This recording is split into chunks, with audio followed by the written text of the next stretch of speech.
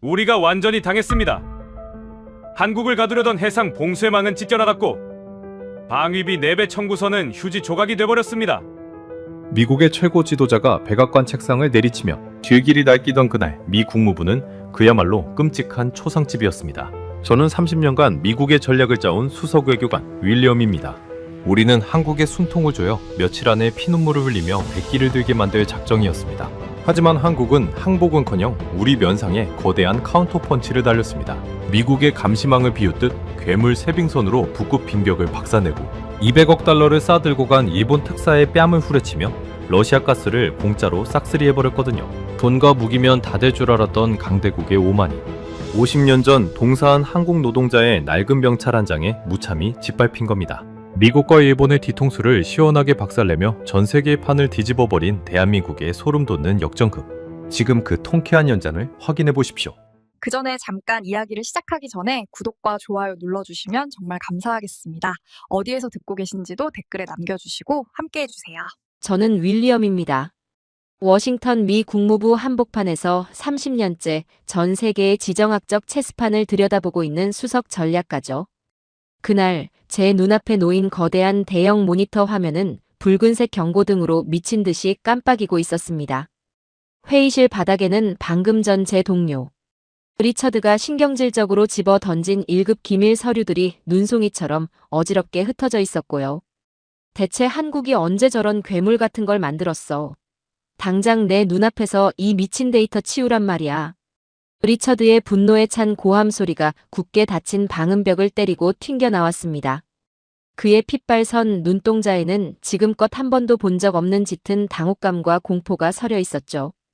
세계 최강 대국의 엘리트 전략가들이 모인 이 견고하고 오만한 밀실이 지구 반대편에 있는 작은 반도. 국가 하나 때문에 철저하게 무너져 내리고 있었던 겁니다. 사건의 발단은 트럼프 대통령의 폭탄 선언이었습니다. 동맹국들을 향해 방위비를 무려 4배나 당장 인상하라는 살인적인 청구서를 내밀었죠. 특히 아시아의 핵심 방어선이자 경제 대국으로 눈부시게 성장한 한국이 첫 번째 표적이 됐습니다. 현재 한국이 내고 있는 분담금의 4배를 곱하면 그들의 한 해 국방 예산의 4분의 1이 허공으로 날아가는 끔찍한 액수였습니다.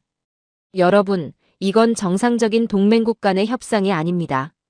사실상 주권과 경제권을 통째로 내놓으라는 노골적인 협박이자 피도 눈물도 없는 선전포고였던 겁니다. 국무부 내에서도 냉혈한으로 불리는 리처드는 이 청구서에 서명하며 입가에 비열한 미소를 지었습니다. 한국은 선택의 여지가 없어. 북한이라는 실존하는 화약고를 머리에 이고 있는 이상 우리가 밧줄을 조이면 조이는 대로 숨을 헐떡이며 기어올 수밖에 없는 나라니까. 그는 책상 위로 구두를 신은 2발을 척 올려놓으며 조롱하듯 말을 이었습니다. 내 배가 아니라 10배를 부르더라도 그들은 결국 바닥을 기며 우리에게 제발 살려달라고 애원하게 될 거야. 한국의 목줄은 완벽하게 우리 손에 쥐어져 있거든. 그의 오만한 확신에 저 역시 묵묵히 고개를 끄덕이고 말았습니다. 30년간 제가 철저하게 분석해온 한국 역시 미국의 거대한 안보. 우산 아래에서 보호받아야만 생존할 수 있는 온실 속 화초에 불과하다고 굳게 믿고 있었으니까요. 우리는 언제든 마음만 먹으면 그들의 명줄을 쥐고 흔들 수 있다고 단단히 오판하고 있었던 겁니다. 우리는 한국의 숨통을 더 빠르고 확실하게 끊어버리기 위해 2번째 카드를 꺼내 들었습니다. 바로 중동의 심장, 호르무즈 해협이 완전 봉쇄 작전이었죠. 우리 미국이야 본토에서 셰일가스가 화수분처럼 뿜어져 나오고 든든한 전략 비축유가 넘쳐나니 중동의 원유 따위는 막혀도 그만이었습니다. 하지만 아시아의 국가들은 완전히 입장이 달랐습니다. 특히 수출로 먹고 사는 한국은 전체 원유 수입의 70% 이상을 이곳 호르무즈에 절대적으로 의존하고 있는 그야말로 치명적인 아킬레스건을 가지고 있었거든요. 해협의 문이 닫히는 순간 한국의 거대한 산업 단지들은 석 달 안에 가동을 멈추고 6달이면 국가 경제 전체가 심정지를 일으키게 됩니다. 우리는 미 해군 제5함대의 거대한 항공모함 전단과 이지스 순양함, 그리고 핵잠수함까지 총동원해 호르무즈의 좁은 목덜미를 철통같이 틀어막았습니다. 폭이 불과 54km밖에 되지 않는 해협 수면 아래로는 무인 잠수정과 극미세 감청, 소나를 겹겹이 빽빽하게 깔았고 하늘에는 대잠 초계기를 띄워 24시간 독수리처럼 감시했습니다. 물속에 모기 한 마리가 지나가도 잡아낼 수 있는 그야말로 개미. 새끼 한 마리 빠져나갈 수 없는 완벽한 죽음의 덫을 완성한 겁니다. 작전 개시 불과 이틀 만에 전 세계는 끔찍한 패닉의 늪으로 빠져들었습니다. 당장 원유 수급이 턱 밑까지 막혀버린 일본은 도쿄 증시가 하루아침에 8%나 피를 토하듯 폭락하며 아비규환의 생지옥이 펼쳐졌죠. 긴급 기자회견에 나선 일본 총리의 얼굴은 잿빛으로 하얗게 질려 있었고 프롬프터를 읽어내려가는 그의 목소리는 형편없이 덜덜 떨리고 있었습니다. 워싱턴의 수뇌부들은 그 생중계 화면을 보며 여유롭게 샴페인 잔을 부딪혔습니다. 일본이 저 모양이니 한국은 보나 마나 이미 공황 상태일 거야. 당장 워싱턴행 비행기 티켓을 끊고 백기를 들고 오겠지. 우리는 시계만 쳐다보며 서울에서 항복을 선언하는 한라인 전화가 울리기만을 느긋하게 기다렸습니다. 그런데 이틀이 지나고 사흘이 지나도 우리의 전화기는 기괴할 정도로 고요했습니다. 애가 타서 비명을 질러야 할 한국 정부가 마치 깊은 심해에 가라앉은 잠수함처럼 아무런 반응조차 보이지 않았던 겁니다. 동맹 파기 협박과 해상 봉쇄라는 숨막히는 압박 속에서도 그들은 이상하리만치 침착하게 침묵을 지키고 있었습니다. 오히려 우리의 뒤통수를 거세게 후려치는 기괴한 첩보가 태평양 사령부로부터 시시각각 쏟아져 들어오기 시작했죠. 제5함대의 정찰 위성 데이터가 회의실 대형 스크린에 띄워졌을 때였습니다. 모니터를 뚫어지게 바라보던 리처드의 입에서 실성한 듯한 헛웃음이 터져 나왔습니다. 저 역시 제 눈을 의심하며 모니터로 얼굴을 바짝 들이밀었죠. 호르무즈 해협을 향해 죽기 살기로 달려와서 통행을 구걸해야 할 한국의 빌딩만 한 거대한 천연가스. 운반선 4척과 이를 곁에서 호위하는 날렵하고 시퍼런 최신형 호위함 2척이 전혀 엉뚱한 곳을 향해 거친 물살을 가르고 있었던 겁니다. 그들이 뱃머리를 돌린 곳은 중동이 아니었습니다. 심지어 안전하게 아프리카 희망봉을 도는 우회 항로도 아니었죠. 한국 선단은 지금 스시마 해협을 지나 동해를 가로지르고 블라디보스토크 앞바다를 스치듯 지나가며 북극해를 향해 일직선으로 무섭게 북상하고 있었습니다. 방향을 틀지도 속도를 줄이지도 않는 그야말로 무언가에 홀린 듯한 저돌적인 움직임이었습니다. 저 자식들 지금 단체로 미친 건가? 감히 미국의 명령을 거역하고 북극해로 간다고? 리처드가 어처구니 없다는 듯 소리쳤습니다. 북극항로. 평소라면 여름철 빙하가 녹을 때나 간신히 열리는 위태로운 바닷길입니다. 하지만 올해 겨울은 상황이 완전히 달랐습니다. 기상 관측 사상 유례없는 기록적인 폭한이 덮치면서 북극해 전역의 두께가 무려 10m에 달하는 거대한 빙벽이 솟아오른 상태였던 겁니다. 이건 단순한 얼음덩어리가 아니라 바다 위에 겹겹이 세워진 강철 같은 산맥이나 다름없었습니다. 심지어 얼음을 깨는 데는 이골이 난 북극의 터줏대감, 러시아 북극항청 소속의 최정예 원자력 쇄빙선 5척조차 이 괴물 같은 빙벽을 이기지 못하고 3척이나 갇혀버린 상황이었습니다. 나머지 2척은 서방의 제재 탓에 핵심 부품을 구하지 못해 항구에 발이 묶여 고철 덩어리가 되어가고 있었고요. 식량이 떨어지고 연료가 바닥나며 200명이 넘는 러시아 선원들이 얼음 감옥 속에서 서서히 끔찍하게 동사해가고 있는 비상사태였습니다. 전 세계에서 가장 두꺼운 장갑을 두른 러시아 최신형 쇄빙선의 선체조차 종이장처럼 구겨지고 균열이 가는 그 지옥 같은 얼음 바다로 변변한 쇄빙선 하나. 제대로 갖추지 못한 한국의 선단이 제 발로 걸어 들어가고 있었던 겁니다. 리처드가 신경질적으로 키보드를 두드리며 미 국방부의 자랑인 인공지능 전략 시뮬레이션 모델 아그네스를 돌렸습니다. 한국 선단이 저 북극의 빙벽을 살아서 통과할 확률을 계산하라는 명령을 내린 겁니다. 거대한 메인프레임이 웅웅거리며 방대한 기상 데이터와 해류, 선박의 제원들을 미친 듯이 연산하기 시작했죠.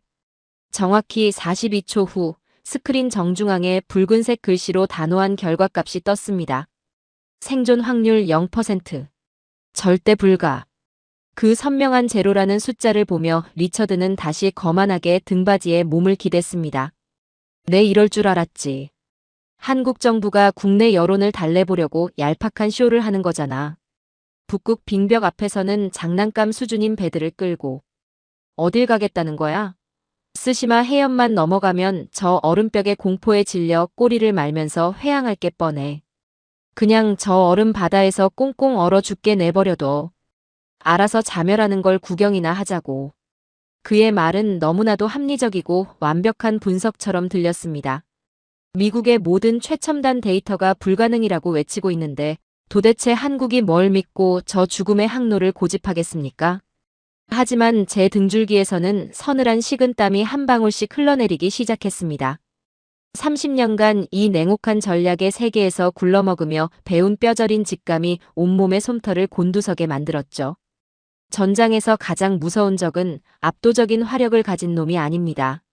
내가 모르는 무언가를 정확히 쥐고 등 뒤에서 미소 지으며 침묵하는 적입니다. 지금 스크린 속 한국 선단의 궤적에는 단 1도의 망설임도 보이지 않았습니다. 거대한 얼음 산맥을 향해 돌진하는 저들의 항로가 너무나도 단호하고 폭력적일 만큼 일직선이었던 겁니다. 마치 그 두꺼운 빙벽 너머에 무엇이 기다리고 있는지, 그리고 그 벽을 어떻게 산산조각 내버릴지 완벽하게 알고 있다는 듯이 말이죠. 혹시 지금 미쳐 돌아가는 건 저들이 아니라 오만에 빠진 우리 쪽인 건 아닐까? 한국은 미친 게 아니라 단지 우리가 도저히 계산할 수 없는 거대한 판을 짜고 있는 건 아닐까? 과거 리처드의 보고서 위에 적혀있던 한국은 이제 경제적 시체가 될 것이다라는 문장이 자꾸만 눈에 밟히며 저를 비웃는 것 같았습니다. 그때 위성 데이터를 분석하던 해군 정보국 요원이 창백하게 질린 얼굴로 회의실 문을 박차고 뛰어들어왔습니다. 수석님, 한국 선단 제일 앞에 정체불명의 선박 한 척이 추가로 포착되었습니다. 출발할 때는 없던 배입니다. 선단과 합류한 시점을 역추적해보니 부산항에서 이틀 먼저 은밀하게 출항한 것으로 나옵니다. 리처드가 짜증스럽게 소리쳤습니다. 그깟 조그만 화물선 한 척 늘어난 게 대수야. 어차피 얼음벽에 처박히면 다 고철 덩어리가 될 텐데. 하지만 요원의 덜덜 떨리는 목소리가 회의실의 공기를 순식간에 차갑게 얼어붙게 만들었습니다. 일반 화물선이 아닙니다. 한국해양수산부에는 평범한 소형 특수 목적선으로 위장 등록되어 있지만 방금 전 위성의 열화상 스캔 결과 내부에 엄청난 고열을 뿜어내는 거대한 원자로가 탑재되어 있습니다. 저건 원자력 추진 쇄빙선입니다. 한국이 우리가 전혀 눈치채지 못했던 소형 모듈 원자로. 기술을 선박에 통합시킨 당장이라도 빙벽을 씹어 삼킬 듯 붉은 열기를 뿜어내는 괴물 쇄빙선을 끌고 올라왔습니다. 리처드의 턱이 덜덜 떨리며 입이 멍청하게 벌어졌습니다. 쥐 죽은 듯 고요해진 회의실 안에는 오직 스크린 속 붉은 점들이 10m 두께의 빙벽을 향해 맹렬하게 돌진하는 환청만이 귓전을 때렸습니다. 원자력 잠수함 한 척 보유하지 못한 나라가 도대체 언제 어떻게 저런 괴물 같은 원자력 쇄빙선을 몰래 만들어 북극해 한복판에 들이민 걸까요? 우리는 한국이 원전 기술 강국이라는 건 알고 있었지만 그 엄청난 기술을 쇄빙선에 올려버릴 줄은 꿈에도 상상하지 못했던 겁니다. 미국의 거미줄 같은 감시망을 완벽하게 속이고 깊은 수면 아래에서 조용히 거대한 칼을 갈아온 대한민국. 그들이 숨겨둔 진짜 발톱이 마침내 북극의 두꺼운 얼음 장막을 찢고 그 맹렬한 위용을 세상에 드러내려 하고 있었습니다. 미국의 오만방자한 계산기를 산산조각 낼 그 소름 돋는 반격의 불꽃이 미친 듯이 솟아오르고 있었던 겁니다. 제 손끝이 주체할 수 없이 떨려왔습니다. 우리는 그 순간 깨달았습니다. 절대로 건드려서는 안 될 거대한 범의 숨통을 우리가 섣불리 찔러버렸다는 사실을 말입니다. 위성 열화상 데이터가 메인 스크린에 실시간으로 업데이트되는 순간 저는 제 숨이 멎는 줄 알았습니다. 화면 속 한국의 쇄빙선 선수부는 섭씨 수백 도의 붉은 점으로 미친 듯이 타오르고 있었죠. 10m. 무려 10m 두께의 거대한 얼음 산맥이었습니다. 얼음을 깨는 데는 이골이 났다는 러시아의 최신형 쇄빙선조차 들이받았다가 선체에 쩍쩍 금이 가서 피를 흘리며 후퇴했던 그 무시무시한 빙벽을 한국의 원자력 쇠빙선은 단일 노트의 속도도 줄이지 않고 그대로 들이받았습니다. 아니, 들이받았다는 표현은 틀렸습니다.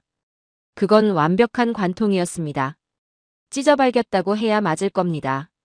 거대한 강철의 열기가 닿자마자 그 두껍고 단단하던 북극의 빙벽이 마치 얇은 습자지가 찢어지듯 쩍쩍 갈라지며 속수무책으로 녹아내리기 시작한 겁니다. 리처드가 들고 있던 묵직한 머그잔을 바닥에 떨어뜨렸습니다. 쨍그랑하는 날카로운 파열음이 회의실을 울렸지만 아무도 그 소리에 신경 쓰지 못했죠. 늘 거만하게 턱을 치켜들고 있던 리처드의 손은 지금 사시나무처럼 미세하게 떨리고 있었습니다. 저게 지금 말이 된다고 생각해? 얼음을 깨는 게 아니라 아예 바다를 펄펄 끓여버리고 있잖아. 저 역시 등받이에서 허리를 꼿꼿이 세운 채 화면에 빨려 들어갈 듯 집중했습니다. 빙벽을 돌파하는 한국 선단은 그야말로 경이로울 정도로 완벽한 진영을 유지하고 있었습니다. 괴물 같은 원자력 쇠빙선이 맹렬하게 빙하를 찢어발기며 넓은 항로를 열면 그 뒤를 따라 빌딩만 한 거대한 LNG 운반선. 네 척이 유유히 아주 매끄럽게 얼음 사이를 통과하고 있었죠. 양옆에서는 날렵한 호위함 두 척이 혹시 모를 거대 빙하 파편의 접근을 막아내며 철통 같은 호위 대형을 유지했습니다. 그건 단순한 항해가 아니라 마치 한치 오차도 허용하지 않는 정밀하고 위압적인 군사작전 그 자체였습니다. 미국의 모든 슈퍼컴퓨터가 생존 확률 0%라고 비웃었던 그 죽음의 바다를 한국은 너무나도 우아하게 산책하듯 지나가고 있었던 겁니다. 하지만 진짜 충격은 그 다음 펼쳐졌습니다. 북극의 빙벽을 무사히 뚫어낸 한국 선단이 자신들의 목적지를 향해 곧장 가지 않고 갑자기 방향타를 크게 꺾어버린 겁니다. 그들이 뱃머리를 돌린 곳은 다름 아닌 서방의 제재를 받고 꼼짝없이 갇혀있던 러시아의 원자력 쇠빙선 세 척이 있는 죽음의 얼음 감옥이었습니다. 저 미친 자식들 지금 남의 나라 배를 구하러 간다고? 제정신이야? 지들 코가 석자인데 지금 누굴 돕겠다는 거야? 리처드가 핏대를 세우며 경악했지만 한국 선단은 묵묵히 러시아 선박들 주변을 에워싸고 있던 두꺼운 얼음들을 무자비하게 박살내기 시작했습니다. 수주일째 고립되어 식량이 바닥나고 연료가 떨어져 그저 죽음만을 기다리고 있던 200여 명의 러시아 선원들이 기적처럼 쏟아지는 빗줄기를 보며 갑판 위로 기어나왔습니다. 러시아 국영 방송이 그 기적 같은 구조 장면을 정규 방송을 끊어가며 긴급 속보로 전 세계에 생중계했죠. 얼음 속에서 간신히 빠져나온 러시아 쇠빙선의 백발. 성성한 늙은 선장이 낡은 무전기를 꽉 붙잡고 엉엉 소리내어 울며 한국 측에 감사를 전하는 음성이 우리 회의실 스피커를 타고 구슬프게 흘러나왔습니다. 그런데 여러분, 한국의 진짜 무서운 점은 따로 있었습니다. 그들은 단순히 얼음에 갇힌 배만 꺼내주고 멋지게 떠난 게 아니었거든요. 서방의 강력한 경제 제재로 인해 핵심 부품 수급이 완전히 끊겨 반신불수가 되어 있던 러시아의 극동. 항구들의 방한복으로 중무장한 한국의 최고급 엔지니어들이 대거 투입되기 시작한 겁니다. 영하 40도의 살인적인 동토에서 한국 기술진들은 거대한 용접 마스크를 쓰고 꽁꽁 얼어붙은 항만 크레인을 수리하고 하역 시스템을 복구하며 죽어가던 냉동 창고를 다시 쌩쌩하게 돌리기 시작했습니다. 미국의 심기를 거스를 수 있는 제재 대상인 군사 장비가 아니라 순수 민간 항만 시설 복구라는 인도주의적 명목을 내세워서 말이죠. 이건 국제법상 제재 위반이라고 딴지를 걸 수조차 없는 회색 지대를 기가 막히게 파고든 그야말로 예술적인 외교술이었습니다. 저는 그때 등줄기에 소름이 쫙 돋으며 완벽히 깨달았습니다. 한국은 러시아를 단 한 번 구워 삶은 게 아니었어요. 러시아의 멱살을 잡고 끌어올려 목숨줄을 쥐어준 겁니다. 동토에 꽉 막힌 혈관을 다시 뚫어준 건 한국이고 그 혈관이 다시 막히지 않으려면 러시아는 앞으로 영원히 한국의 기술을 맹신하고 필요로 하게 될 테니까요. 정치적 동맹도 이념적 연대도 아닙니다. 그들은 압도적인 기술이라는 생명줄이자 산소호흡기를 러시아의 입에 직접 물려준 겁니다. 리처드가 넥타이를 거칠게 풀어헤치며 헐떡이듯 중얼거렸습니다.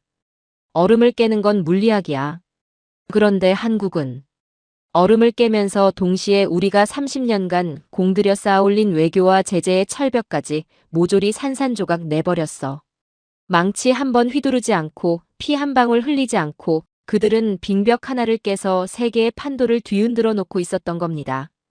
북극에서 우리의 고립작전이 처참하게 찢겨나가는 동안 설상가상으로 우리가 가장 자신만만해하던 중동의 호르무즈 해협에서도 믿을 수 없는 대참사가 벌어지고 있었습니다.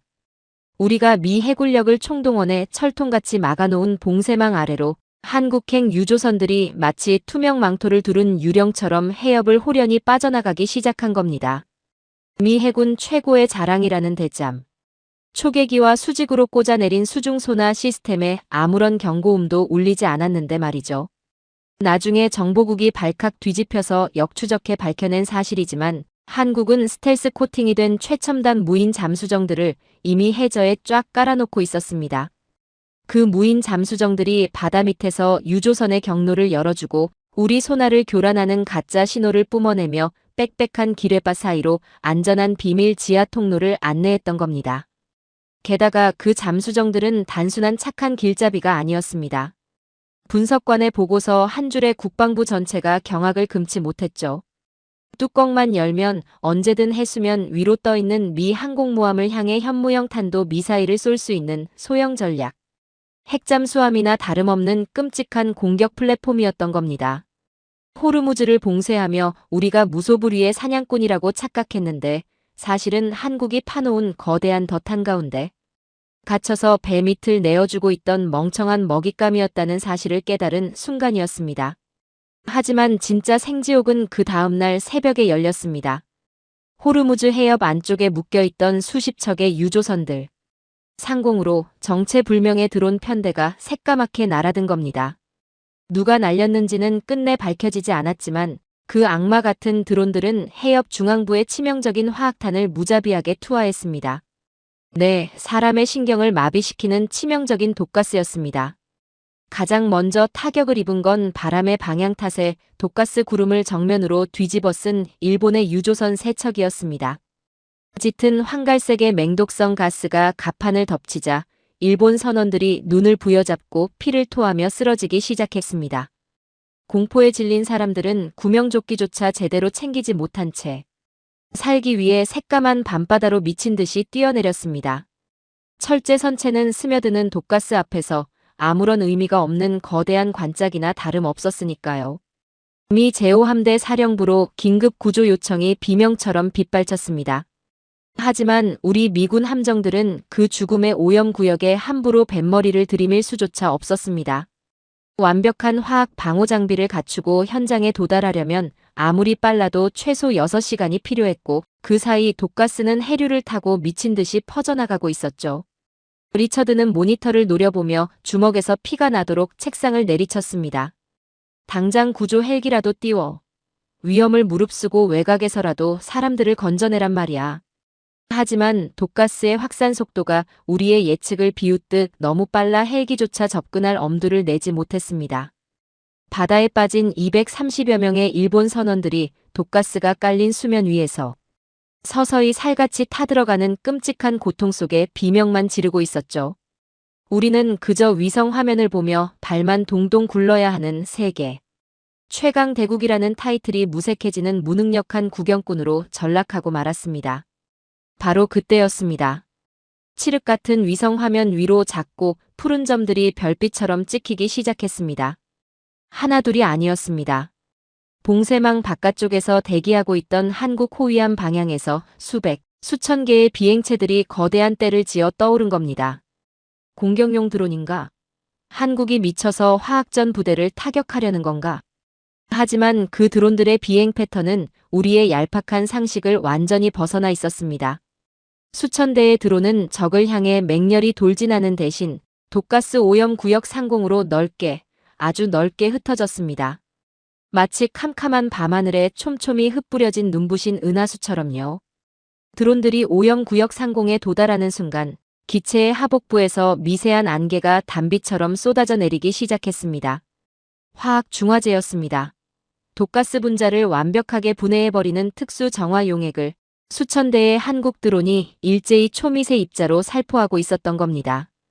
위성 열화상 카메라를 통해 본 그 광경은 30년 전략가 인생을 통틀어 제 평생 잊을 수 없는 기적이었습니다. 독가스로 인해 시뻘겋게 달아올랐던 바다의 온도가 한국의 드론이 스치고 지나간 자리부터 서늘하고 청명한 생명의 푸른색으로 식어가고 있었거든요. 수천 대의 드론이 죽음의 구역 위에서 천천히 원을 그리며 회전하는 모습은 마치 메말라버린 사막 위에서 수천 송이의 생명의 꽃이 일제히 만개하는 것처럼 눈이 부시도록 장엄하고 아름다웠습니다. 화생방 분석관이 엉엉 울음이 터질 것 같은 목소리로 외쳤습니다. 오염 농도가 급격히 떨어지고 있습니다. 분당 약 12%씩 감소 중입니다. 이 기적적인 속도면 2시간 내에 안전 기준치 이하로 완벽히 정화됩니다. 저 드론들, 사람을 죽이는 군용이 아닙니다. 산업용 방제 드론을 개조해서 화생방 정화 전용 시스템을 탑재한 생명을 살리는 드론입니다. 사막의 꽃 아래에서 독가스가 눈 녹듯 사라지고 죽어가던 잿빛 바다가 다시 숨을 쉬기 시작했습니다. 그 틈을 타 한국 호위함에서 고속 단정들이 맹수처럼 튀어나와 정화된 해역으로 진입했죠. 방호복을 껴입은 한국의 수병들이 바다에 빠져 허우적대는 일본 선원. 230명 전원을 한 명씩 차례차례 건져 올리기 시작했습니다. 제 눈시울이 완전히 붉어진 건 나중에 일본 해운사 관계자가 카메라 앞에서 펑펑 눈물을 쏟으며 전한 인터뷰 내용을 들었을 때였습니다. 살을 애는 밤바다에서 각 건져 올려진 일본 선원이 추위와 공포로 사시나무처럼 떨고 있자 그를 구한 한국 수병이 한치의 망설임도 없이 자신이 입고 있던 생명줄과도 같은 방호복을 훌렁 벗어서 그 일본 선원에게 따뜻하게 입혀주었다는 겁니다. 자칫 잔류 독가스에 오염되어 자신의 폐가 녹아내릴 수 있는 치명적인 위험을 무릅쓰고 방금 전까지 자국을 경제적으로 핍박하던 남의 나라 사람을 살리기 위해 기꺼이 자신의 목숨을 던진 것이죠. 리처드가 모니터 앞에서 천천히 무너져 내리듯 의자에 주저앉았습니다. 늘 숫자로 손익을 따지고 무력으로 상대를 찍어 누르던 오만한 냉혈한의 눈가에 믿을 수 없게도 뜨거운 물기가 어리며 붉게 충혈되어 있었습니다. 윌리엄, 우리는 지난 30년간 전 세계에 끔찍한 폭탄을 떨어뜨리며 우리가 정의라고, 우리가 세계의 경찰이라고 오만을 떨었어. 그런데 그 결과가 뭐였지? 피비린내 나는 증오와 멈추지 않는 테러뿐이었잖아. 그가 쉰 목소리로 목을 긁으며 중얼거렸습니다. 그런데 한국은, 저 위대한 사람들은 같은 하늘에서 사람을 찢는 폭탄이 아니라 사람을 살리는 해독제를 떨어뜨렸어. 완벽한 시스템과 돈으로 남을 짓밟는 게 아니라 조건 없이 생명을 구하는 게 이 세상을 굴복시키는 진짜 힘이라는 걸.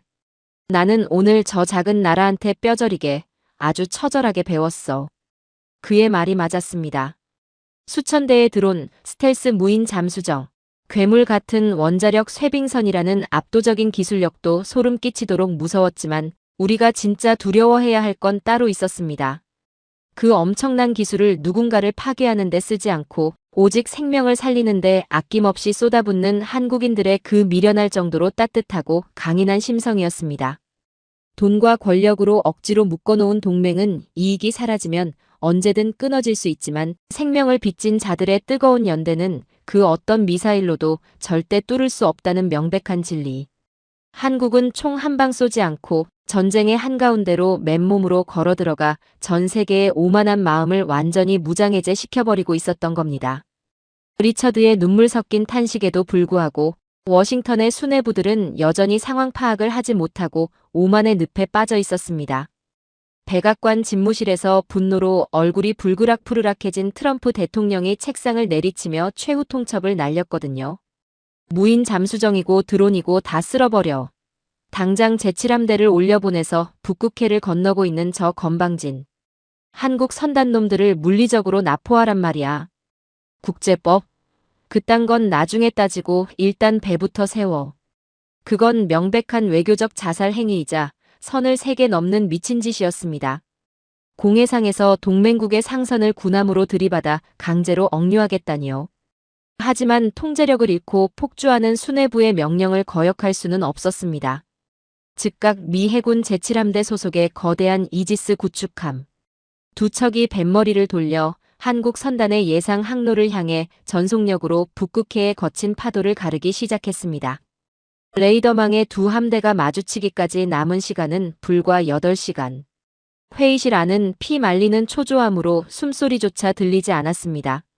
저와 리처드는 화면 속에서 점점 거리를 좁혀가는 붉은 점과 푸른 점을 보며 입술만 바짝바짝 타들어가고 있었죠.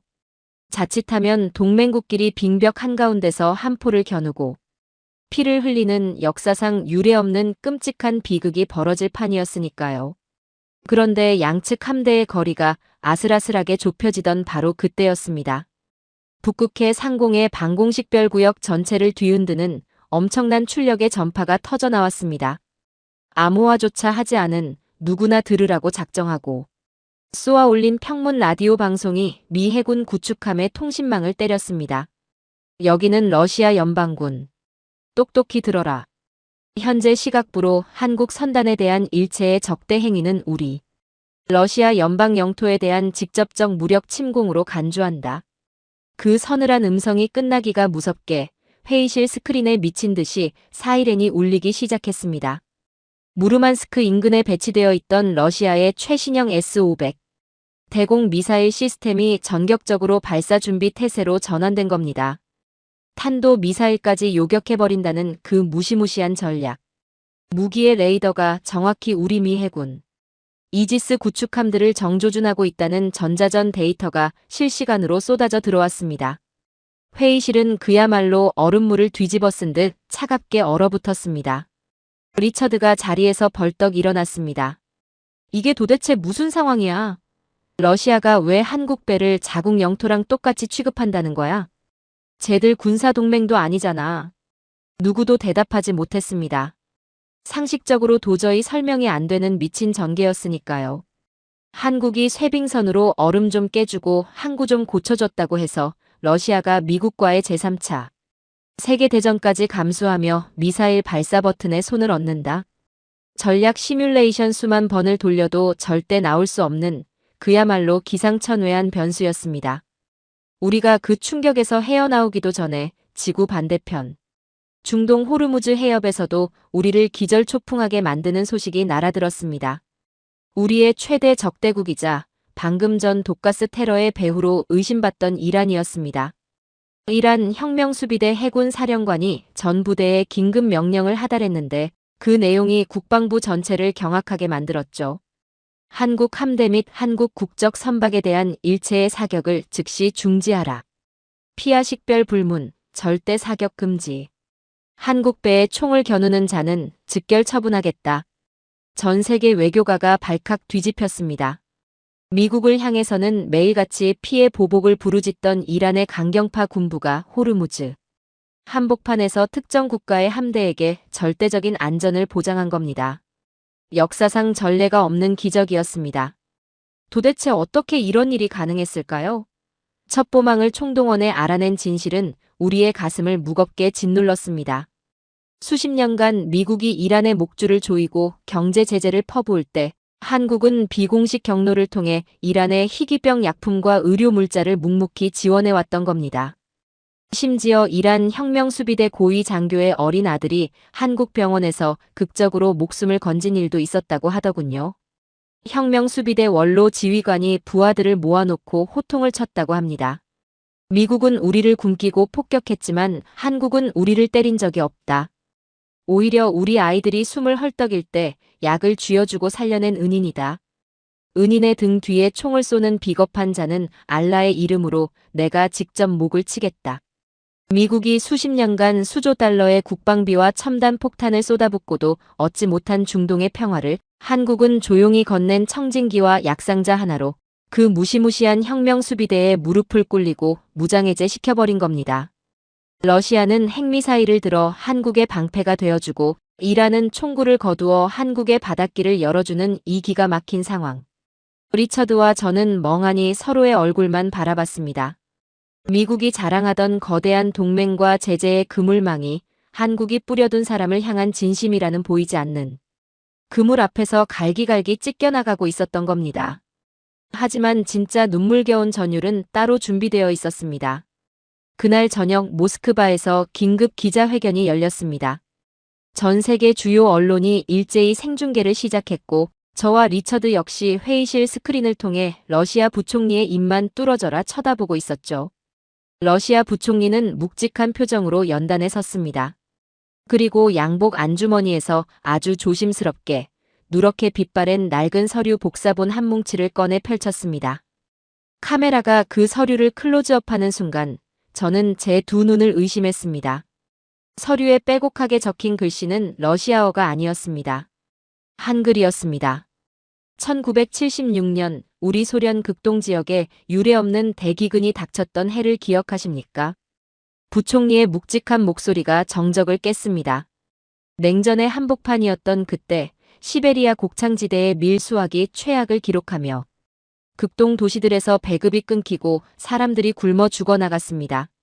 체제의 자존심 때문에 소련 정부는 이 비극을 철저히 숨겼죠. 그때 그 지옥 같은 영하 40도의 동토 시베리아 벌목장에는 한국에서 온 노동자들이 있었습니다.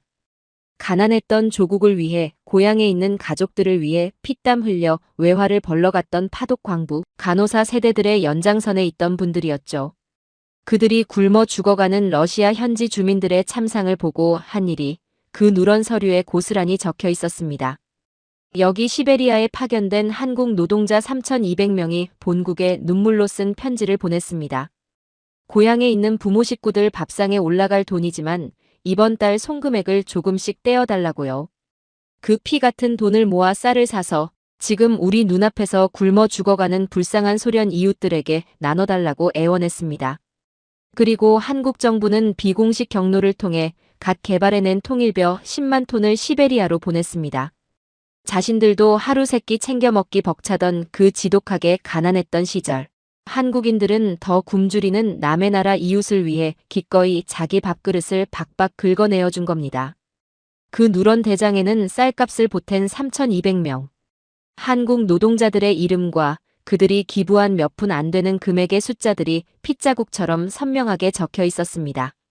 러시아 부총리의 눈시울이 붉게 달아올랐습니다. 그는 서류 옆에 놓인 작은 투명 상자 하나를 조심스럽게 들어올렸습니다. 그 안에는 흙투성이가 된 녹슬고 찌그러진 쇠붙이 하나가 들어있었습니다.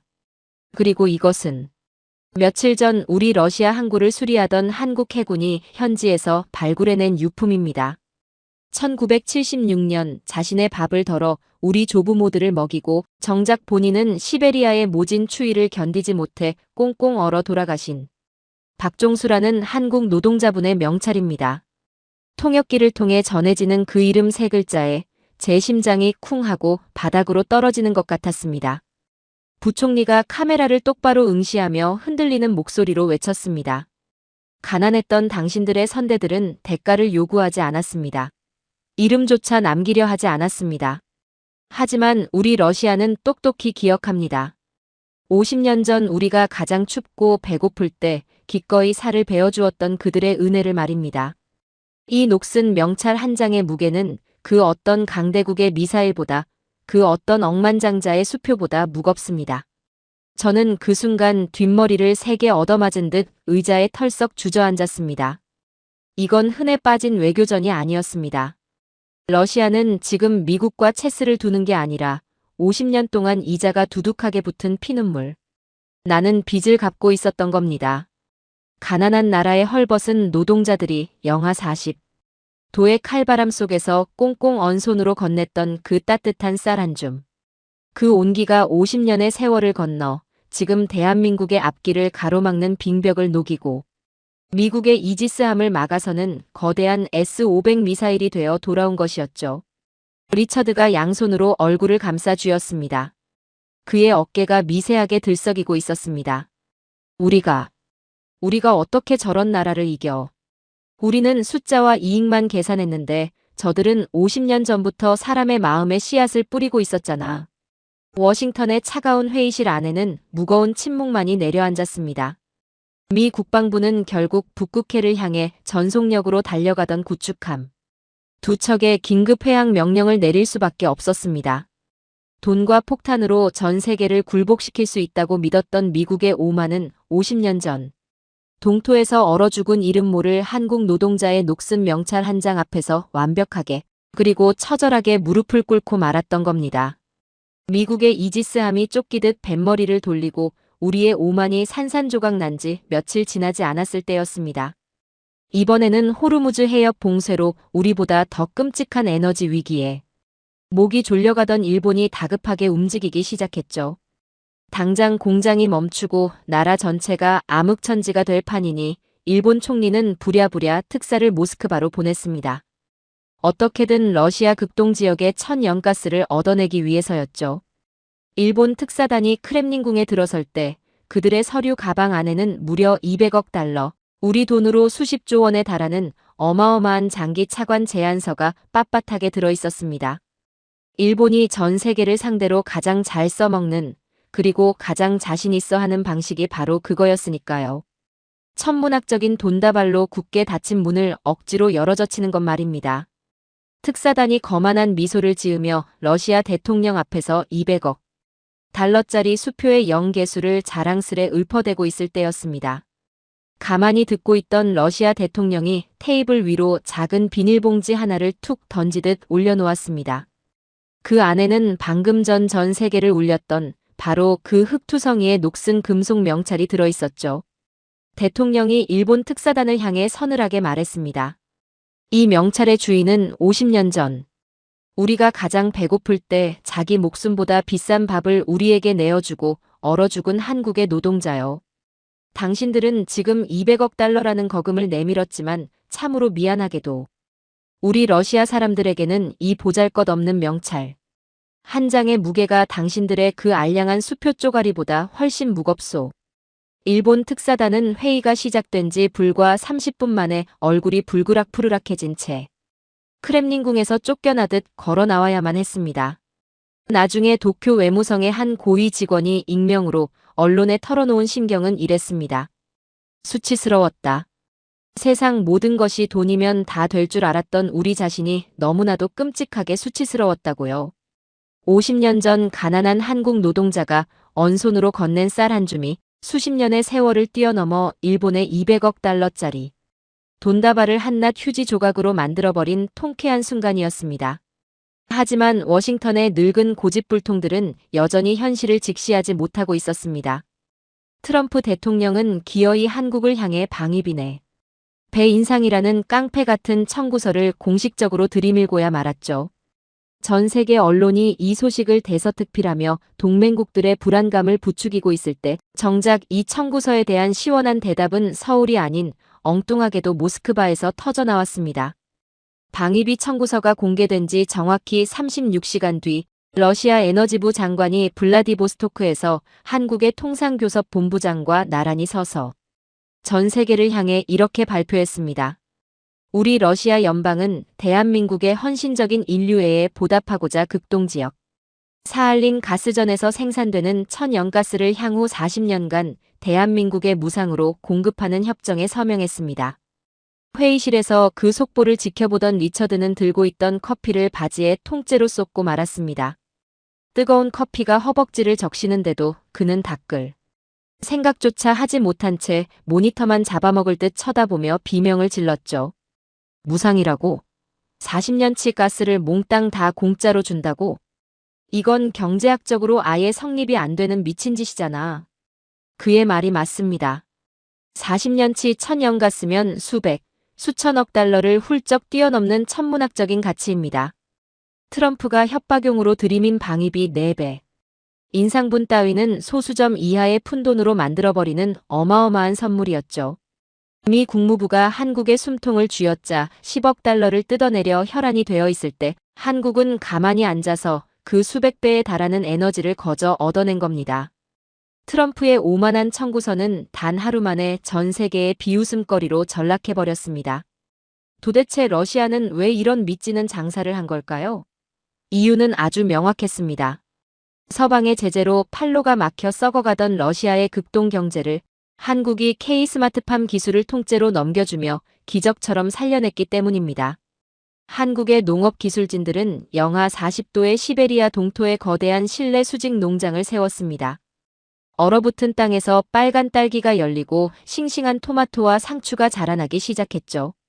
평생 한겨울엔 채소 구경도 못 해보던 시베리아의 꼬마 아이들이 태어나 처음으로 겨울에 아삭한 상추를 씹으며 환하게 웃는 기적이 일어난 겁니다. 게다가 한국은 기술만 툭 던져주고 돈을 뜯어내는 서구의 방식과 완전히 달랐습니다.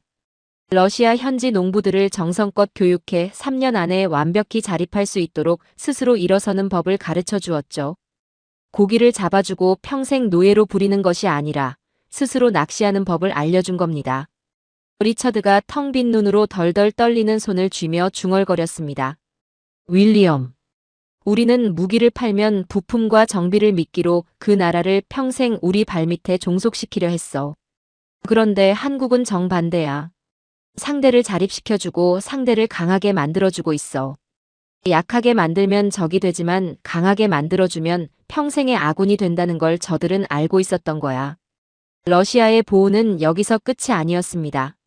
며칠 뒤 러시아 교통부 장관은 대한민국 화물이 시베리아 횡단철도, 즉 TSR을 자유롭게 이용할 수 있는 종신 이용권을 한국에 헌정한다고 발표했습니다. 여러분, 이게 무슨 뜻인지 아십니까? 삼면이 바다이고 위로는 휴전선으로 가로막혀 사실상 고립된 섬나라나 다름없었던 한국이 드디어 유라시아 대륙 전체와 핏줄처럼 연결됐다는 뜻입니다. 부산항에서 출발한 한국의 컨테이너가 러시아 철도를 타고 모스크바를 거쳐 유럽의 심장부까지 막힘없이 내달릴 수 있는 육상 고속도로가 뻥 뚫린 겁니다. 미국이 호르무즈 해협을 막고 바닷길을 끊어 한국을 섬에 가두려 발버둥 쳤지만 한국은 보란듯이 북극해를 뚫고 대륙의 심장을 관통하는 새로운 실크로드를 거머쥔 것이죠. 도저히 이 기막힌 현실을 견딜 수 없었던 리처드는 결국 저와 함께 서울행 비행기에 몸을 싣고 말았습니다. 도대체 한국인들의 머릿속에는 어떤 상상도 못할 전략이 숨겨져 있는지 직접 두 눈으로 확인하고 싶었거든요. 서울의 어느 소박한 정부 청사 회의실에서 우리는 외교 안보를 총괄하는 한 한국 측 인사를 만났습니다. 리처드가 참지 못하고 다급하게 물었죠. 솔직하게 대답해 주십시오. 왜 나라의